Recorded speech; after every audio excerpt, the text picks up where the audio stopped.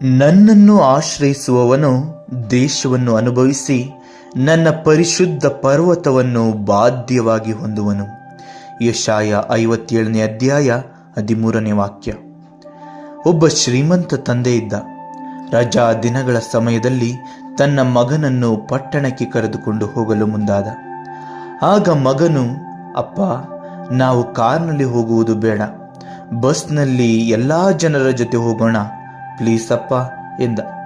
ಅದಕ್ಕೆ ಅಪ್ಪ ಸರಿ ಎಂಬುದಾಗಿ ಹೇಳಿ ಬಸ್ನಲ್ಲಿ ಹೋದ. ಪಟ್ಟಣದ ಕೇಂದ್ರ ಭಾಗದಲ್ಲಿದ್ದ ಒಂದು ಉನ್ನತ ಹೋಟೆಲ್ನಲ್ಲಿ ಆಹಾರ ಸೇವಿಸುತ್ತಿದ್ದರು. ಹೋಟೆಲ್ನ ಹೊರಗಿನಿಂದ ಒಬ್ಬ ಬಡ ಹುಡುಗ ಇವರನ್ನೇ ನೋಡುತ್ತಿದ್ದ. ಇದನ್ನು ನೋಡಿದ ತಂದೆ ಅವನನ್ನೂ ಕರೆದು ಅವನಿಗೂ ಆಹಾರ ಕೊಡಿಸಿದ. ಊಟ ಆದ ನಂತರ ಆಟವಾಡಲು ತನ್ನ ಮಗನೊಂದಿಗೆ ಆ ಬಡ ಹುಡುಗನನ್ನೂ ಕರೆದುಕೊಂಡು ಹೋದ. ತನ್ನ ಮಗನಿಗೆ ಬಟ್ಟೆ ಕೊಡಿಸುವಾಗ ಅವನಿಗೂ ಕೊಡಿಸಿದ. ಕೊನೆಗೆ ಸಂಜೆಯ ವೇಳೆಯಲ್ಲಿ ಮನೆಗೆ ಹಿಂದಿರುಗುವಾಗ ಬಸ್ ಬರುವವರೆಗೂ ಈ ಹುಡುಗ ಬಡ ಹುಡುಗನೊಂದಿಗೆ ಆಟವಾಡುತ್ತಾ ಇದ್ದ. ಬಸ್ ಬಂದ ಕೂಡಲೇ ತಂದೆ ಮತ್ತು ಮಗ ಬಸ್ ಹತ್ತಿದರು. ಈ ಬಡ ಹುಡುಗ ಅಲ್ಲೇ ಉಳಿದ. ನೆಲ್ಮೆಯ ಸಹೋದರ ಸಹೋದರಿಯರೇ, ಈ ಲೋಕದಲ್ಲಿ ಇರುವ ನಾವೆಲ್ಲರೂ ಕೂಡ ಒಂದೇ ದೇವರ ಸೃಷ್ಟಿಯಾಗಿದ್ದೇವೆ ಮತ್ತು ಒಂದೇ ತಂದೆಯಾದ ದೇವರ ಮಕ್ಕಳಾಗಿದ್ದೇವೆ.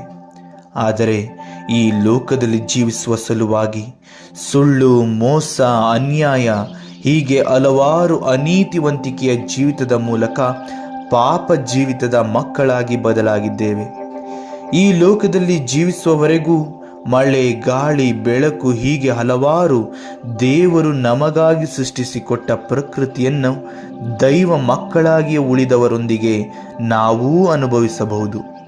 ಆದರೆ ಕೊನೆಗೆ ದೇವರ ಮನೆಯಾದ ಸ್ವರ್ಗ ಸಾಮ್ರಾಜ್ಯಕ್ಕೆ ಸೇರಲು ಅಲ್ಲಿನ ಸ್ವಾರ್ಥ, ಮೋಸ, ವಂಚನೆಗಳೇ ಇರದ ಪ್ರೀತಿ, ನ್ಯಾಯ, ಆತ್ಮೀಯತೆ, ಸಹೋದರತ್ವ ಎಂಬ ಐಶ್ವರ್ಯವನ್ನು ಸವಿಯಲು, ಅನುಭವಿಸಲು ಸಾಧ್ಯವಿಲ್ಲ.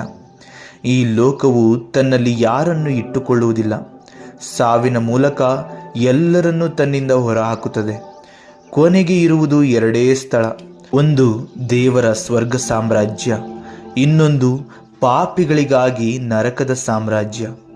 ಈ ಲೋಕದ ಕಷ್ಟ, ತೊಂದರೆ, ವೇದನೆ, ಅನಾರೋಗ್ಯವನ್ನೇ ಸಹಿಸಲಾರದ ನಾವುಗಳು ದೇವರು ಪಾಪಿಗಳಿಗಾಗಿಯೇ ಸೃಷ್ಟಿಸಿದ ನರಕದಲ್ಲಿ ಜೀವಿಸಲು ಸಾಧ್ಯವೇ? ಹಾಗಾಗಿ ಲೋಕದಲ್ಲಿರುವಾಗಲೇ ಪಾಪವನ್ನು ಬಿಟ್ಟು ನಿಜ ತಂದೆಯಾದ ದೇವರ ಮಕ್ಕಳಾಗಿರಿ, ಸ್ವರ್ಗ ಸಾಮ್ರಾಜ್ಯಕ್ಕೆ ಪಾತ್ರರಾಗಿರಿ.